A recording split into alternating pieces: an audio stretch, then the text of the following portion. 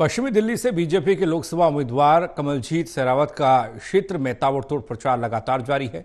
इसी कड़ी में पश्चिमी दिल्ली लोकसभा सीट में कमलजीत शेरावत ने रोड शो किया। इस मौके पर बड़ी संख्या में बीजेपी के कार्यकर्ता मौजूद रहे। कमलजीत शेरावत ने कहा कि वो पूरी तरह आश्वस्त हैं कि दिल्ली की सभी सीटों पर बीजेपी के उम्मीदवार की जीत होगी। उन्होंने स्वाति मालीवाल के साथ हुई मारपीट को लेकर भी प्रतिक्रिया दी। कहा कि स्वाति मालीवाल के साथ हुई मारपीट से यह साफ दर्शाती है कि महिलाओं के लिए आम आदमी पार्टी क्या सोचती है, कितनी इज्जत वो करती है। उन्होंने कहा कि इस घटना की जितनी निंदा की जाए उतनी कम है। हमारे संवाददाता प्रणय शर्मा ने कमलजीत शेरावत से बातचीत की, दिखा रहे हैं आपको। पश्चिमी दिल्ली लोकसभा सीट पर बीजेपी की प्रत्याशी कमलजीत शेरावत इस वक्त रोड शो करते हुए नजर आ रही हैं। आपको पहले तस्वीर दिखाएंगे जो यहाँ पे तस्वीर नजर आ रही है। हम कमलजीत से बात करेंगे। मैम, किस तरह का उत्साह और रिस्पांस अभी जनता के बीच में देखने को मिल रहा है? 2 महीने से अधिक हो गए हैं जनता के बीच में लगातार जनसंपर्क के लिए निकलते, और दिन प्रतिदिन जनता का आशीर्वाद और सहयोग बढ़ता जा रहा है।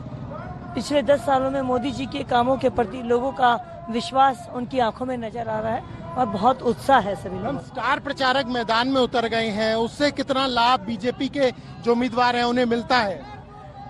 अगर स्टार प्रचारक जो हमारे बड़े नेता हैं वो बीच में आते हैं तो उत्साहवर्धन होता है कार्यकर्ताओं का, जनता का भी विश्वास होता है कि इनके नेता ऐसे हैं, तो डेफिनेटली कोई भी रोड शो होता है या जनसभा होती है उसमें उत्साह का संचार होता है। हम ये भी देख पा रहे हैं कि आपका रोड शो चल रहा है, लोगों में काफी उत्साह है, वो भी रुककर आपसे आपसे मिलना चाहते हैं, आपको माला पहनाते हैं, बात करते हैं। जी बिल्कुल, लोगों का आशीर्वाद है। एरिया बहुत बड़ा है क्षेत्र में, क्योंकि हर जगह जाना संभव नहीं, तो इसलिए रोड शो एक ऑपरेशन होता है। तो जो भी व्यक्ति मिलने आते हैं, जो मीटिंग मांगते हैं, तो हम उन्हें बता देते हैं कि हम इस समय रोड शो से निकलेंगे, तो वो लोग फिर इकट्ठा होकर अपना आशीर्वाद देते हैं। मैम, कल आपने एक बड़ा महत्वपूर्ण मुद्दा उठाया, मुद्दा स्वाति मालीवाल से जुड़ा था और जिस तरह से उनके साथ मारपीट हुई। आज संजय सिंह का बयान सामने आ गया और उन्होंने ये एडमिट किया है कि अरविंद केजरीवाल के पीए विभव कुमार के द्वारा ये बदतमीजी जो थी, जो मारपीट थी, वो की गई थी।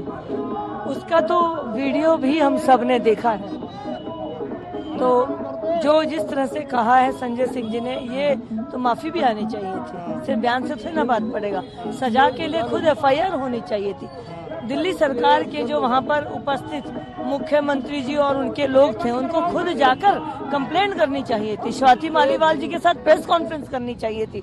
तो सिर्फ ये कहकर तो पीछा नहीं छुड़ाया जा सकता। मैम, सबसे अहम बात यह है कि उस वक्त मुख्यमंत्री भी आवास पर मौजूद थे जब स्वाति मालीवाल के साथ ये कथित तौर पर जो मारपीट है वो हुई है। अभी तक बीजेपी आरोप लगा रही थी, आम आदमी पार्टी खंडन कर रही थी, कार्यकर्ता जो थे, लेकिन अब खुद संजय सिंह का बयान सामने आ गया। किस तरह से देखती हैं इसे?